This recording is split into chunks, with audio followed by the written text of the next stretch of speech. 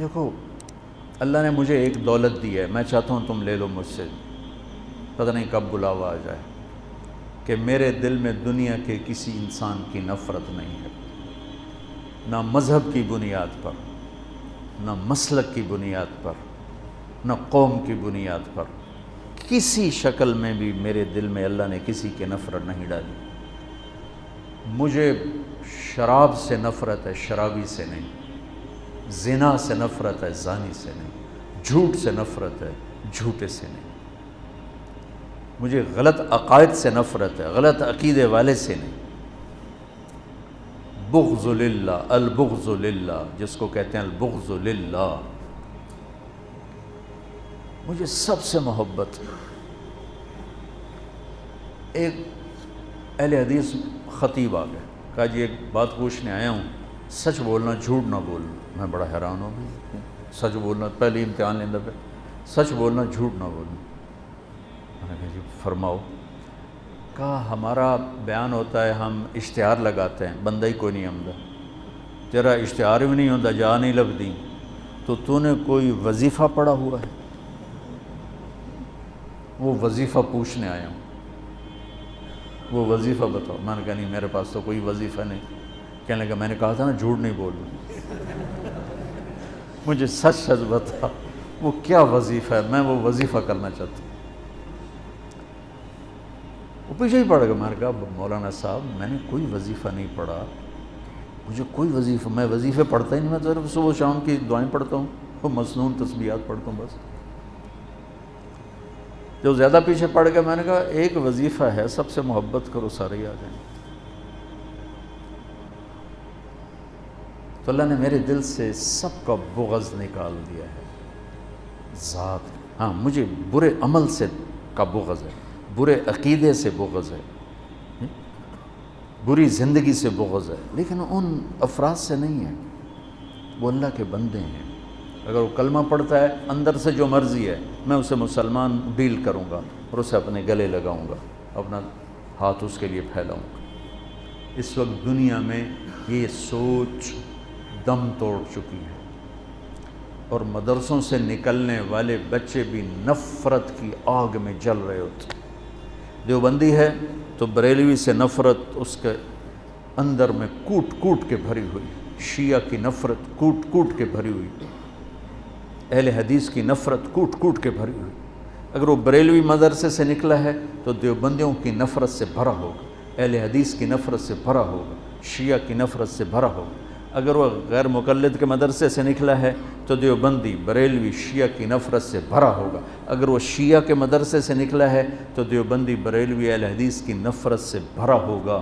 بچوں آگ لگی ہوئی ہے، میں بجھانے کے پیچھے پڑا ہوا ہوں، بجھائے گا تو اللہ، میری کیا اوقات ہے، لیکن میں چاہتا تو میری اولاد ہو میرا ساتھ دو۔ میں فخر سے کہتا ہوں میں نے علماء دیوبند سے پڑھا ہے، اور میں نے اس تشریح کو جو علماء دیوبند نے دین کی تشریح کی ہے اسے صحیح مانا ہے اور اس کو گلے سے لگایا، اسے اپنی بنیان بنایا ہے، میں اس کو تسلیم کر چکا ہوں۔ لیکن میں باقیوں کے پیچھے فتوے نہیں لے کے پھر رہا، میں باقیوں کو گنجائش دیتا ہوں، باقیوں کو راستہ دیتا ہوں، جس کے پاس بھی دلیل ہے ٹھیک ہے، فیصلہ تو اللہ آگے چل کے کرے، میں یہاں کیوں فتوے بازی کے بازار گرم۔ ایک مناظرہ دیکھا، ایسی کلپ کھل گیا تو وہ ادھر ہمارا وہ تھا مناظر اور ادھر تھا اہل حدیث کا رفع یدین نہیں ہے، رفع یدین ہے۔ اتنا دکھ ہوا، اتنا درد ہوا کہ یہ احمق کس دنیا میں رہتے ہیں کہ امت اسلام چھوڑنے تک پہنچ چکی، یہ رفع یدین پہ لڑ، جس کے کرنے نہ کرنے سے نہ جنت کا فیصلہ نہ جہنم کا فیصلہ۔ تو بچوں یہ چند ضروری باتیں تھیں جو آپ کی خدمت میں پیش کرنی تھیں۔ آپ شہید کربلا اور یزید یہ کتاب آپ ضرور پڑھیں، تاکہ ابھی آپ کا ابتدائی سفر ہے تو آپ کا ذہن صاف ہو جائے، ایسی کوئی ادھر ادھر کے احمقانہ مواد پڑھ کے آپ کا ذہن نہ ڈول جائے۔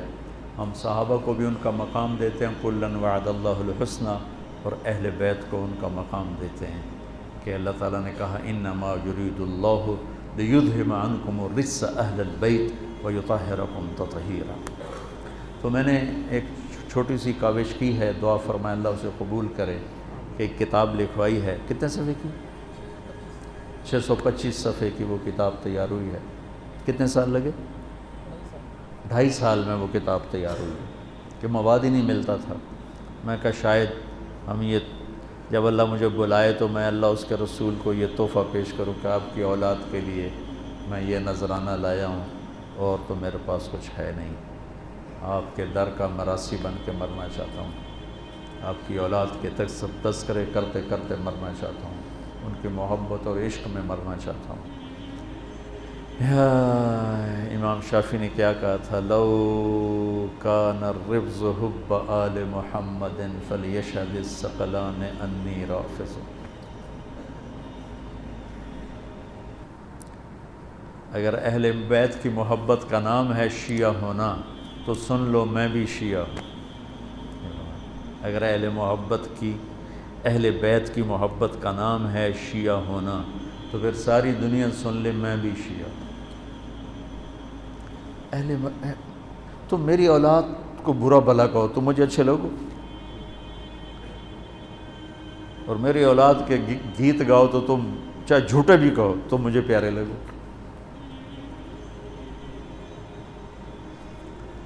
تذکری ہمارے کو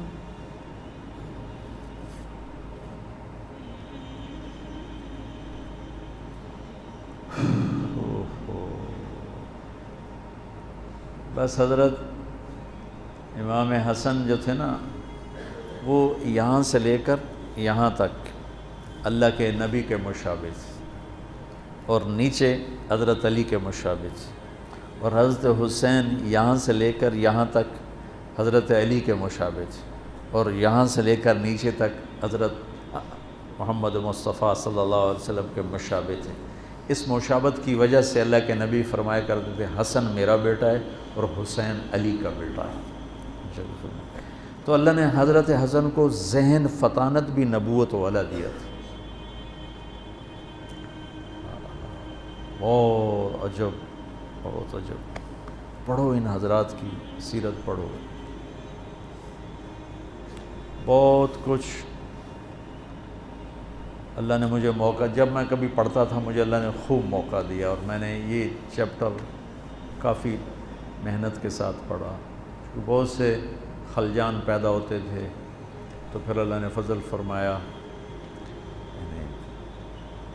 ایک صحیح بات تک اللہ نے پہنچا دیا، وہی آپ تک پہنچانا چاہتا ہوں۔ السلام علیکم۔